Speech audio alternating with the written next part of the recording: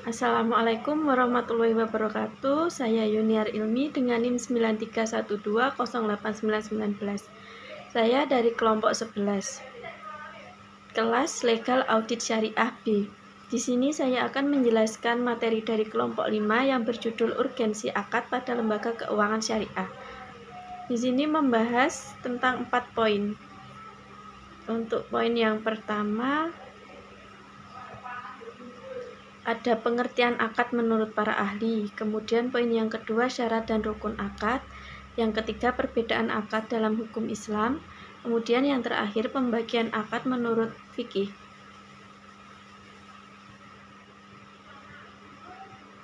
Untuk pengertian akad menurut para ahli, akad menurut bahasa artinya ikatan atau persetujuan. Sedangkan menurut istilah, akad adalah transaksi atau kesepakatan antara seseorang yang menyerahkan dengan orang lain yang menerima untuk melaksanakan suatu perbuatan. Contohnya yaitu akad jual beli, akad sewa menyewa, dan akad nikah.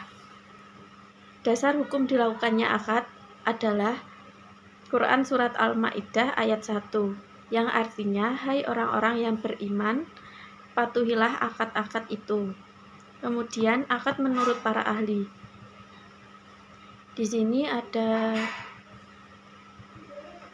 menurut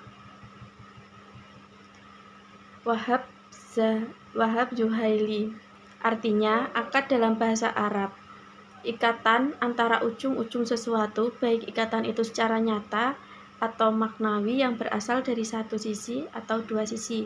Kemudian menurut Muhammad Abu Zahro mengemukakan pengertian akad menurut etimologi, artinya untuk menggabungkan antara ujung sesuatu untuk mengikatnya. Lawannya adalah al-hilu atau melepaskan, dan diartikan mengokohkan sesuatu dan memperkuatkannya. Syarat dan rukun akad. Syarat-syarat akad. Yang pertama, syarat terbentuknya akad. Masing-masing yang membentuk akad memerlukan syarat-syarat agar rukun-rukun syarat itu dapat berfungsi membentuk akad. Tanpa adanya syarat-syarat yang dimaksud, rukun akad tidak akan membentuk akad. Kemudian rukun pertama yaitu tamjiz, atau kemudian yang kedua terbilang pihak. Kemudian rukun yang kedua yaitu pernyataan kehendak, harus memenuhi dua syarat, yaitu adanya persesuaian ijab dan qabul, dengan kata lain tercapainya kata sepakat. Kemudian yang kedua, kesatuan majelis akad. Rukun yang ketiga ada objek akad. Objek itu dapat diserahkan, objek akad tertentu atau dapat ditentukan. Kemudian rukun keempat yaitu tujuan akad. Tujuan akad tidak bertentangan dengan hukum syara. Syarat-syarat keabsahan akad. Yang pertama, pihak-pihak dengan dua syarat terbentuknya yaitu tamjiz dan terbilang pihak tidak memerlukan sifat penyempurna.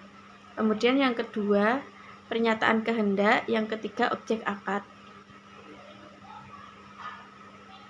Kemudian rukun akad. Menurut ahli-ahli hukum Islam kontemporer, rukun membentuknya akad ada 4, yaitu pihak-pihak yang membuat akad. Kemudian yang kedua, pernyataan kehendak para pihak. Kemudian yang ketiga, objek akad. Dan yang keempat, tujuan akad. Kemudian yang poin ketiga, perbedaan akad dalam hukum Islam. Pandangan Islam tentang akad sebenarnya tidak ada batasan yang ketat tentang bagaimana perjanjian tersebut dibentuk.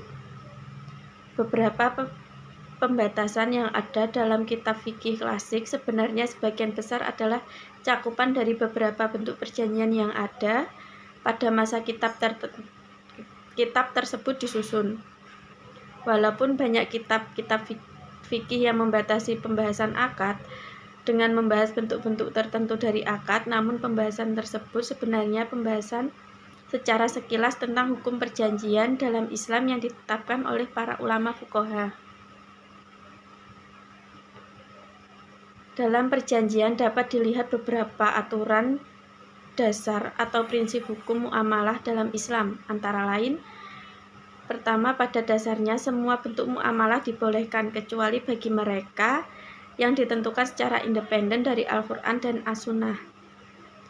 Salah satu faktor penting dalam terciptanya akad adalah adanya unsur kerelaan antara kedua belah pihak yang meleburkan dirinya dalam ikatan perjanjian.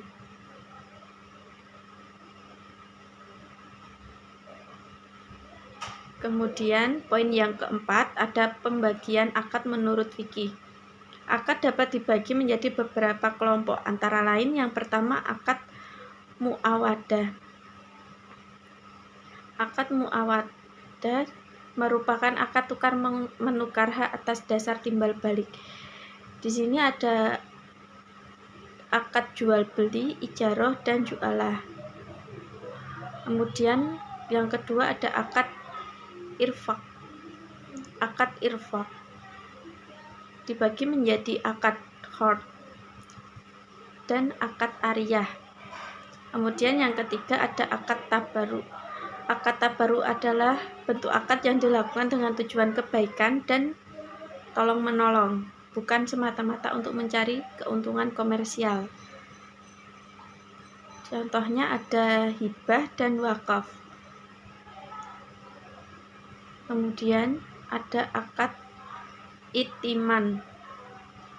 Di sini akad itiman dibagi menjadi wadiah. Wadiah adalah sesuatu atau bentuk barang yang ditinggalkan seseorang pada orang lain untuk dijaga. Sekian yang dapat saya sampaikan. Ada kurang lebihnya saya mohon maaf. Wassalamualaikum warahmatullahi wabarakatuh.